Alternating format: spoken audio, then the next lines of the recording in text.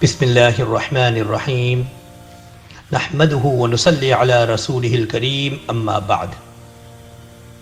This message is specifically directed to the people of the business world. The true values of a person are reflected in adverse and challenging conditions of life. When one has to fight his nafs and uphold true values of Islam. There is no doubt that the lockdown situation is very, very challenging to the business world as well. On one side, the landlord is demanding his rental, and on the other side, the tenant has not traded.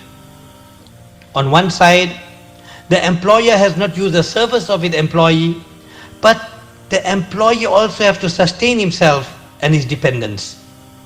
He has to buy his daily bread and milk. On one side, the creditors are demanding payment, and on the other side, debtors have no means of income. We are receiving many queries from landlords and tenants, employers and employees on their Shari'i rights. The landlord is asking, am I entitled to my rental? The tenant is asking, am I obliged to pay? The employer is asking, am I obliged to pay my employee? And the employee is asking, am I entitled to my salary based on my contract?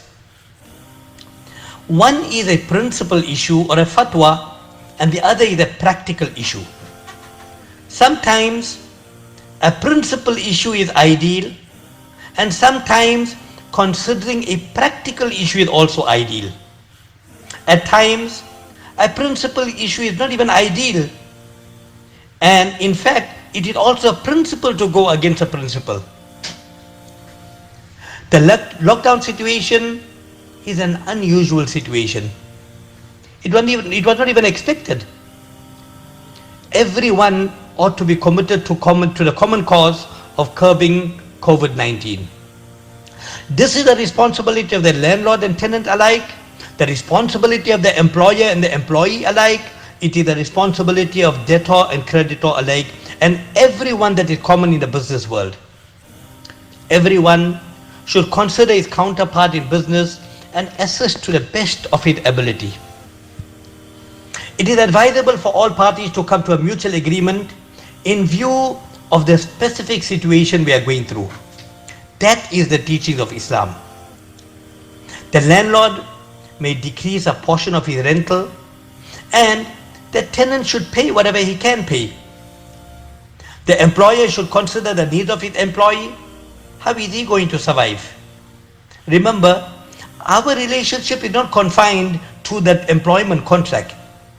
It is actually also based on human values and dini values. Yes, the employee, he may also do cover-up time later on. On one occasion, when there was a severe drought in Medina Munawwara, there was acute poverty. During the time of Eid al-Adha, during the time of Qurbani, Nabi Kareem Sallallahu Alaihi Wasallam advised those Sahaba, the slaughtered animals, to distribute the meat, the surplus meat, after 3 days of the Qurbani. They should fulfill the need of the poor and the needy people and fulfill the demand of the time.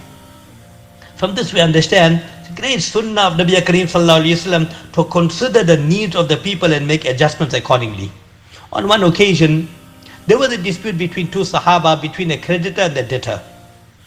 Rasulullah Sallallahu Alaihi Wasallam told to a creditor, he intervened and he told to a creditor, forfeit half of your debt. And then he told to a debtor, Qum fa'addi, stand up and pay the creditor half the amount. So we understand from these ahadiths, it's a great sunnah of Nabi Kareem Sallallahu Alaihi Wasallam to consider situations and make adjustments accordingly. In one hadith, Nabi Kareem Sallallahu Alaihi Wasallam reported to have mentioned, Rahim Allahu rajulan samhan idha ba'a, samhan idha ishtara, samhan idha qatada.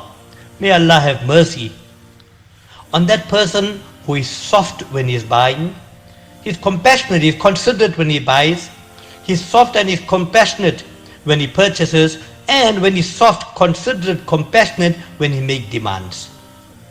In one hadith, Nabi Kareem sallallahu alaihi wasallam reported to have mentioned, لا يؤمن أحدكم حتى يحب لأخيه ما يحب لنفسه. A person's iman is not complete until he loves for his brother what he loves for his own self.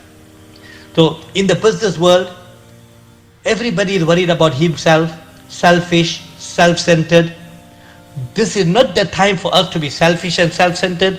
It is a time for us to make adjustments and practice on the great sunnah of Nabi Kareem sallallahu alaihi wasallam.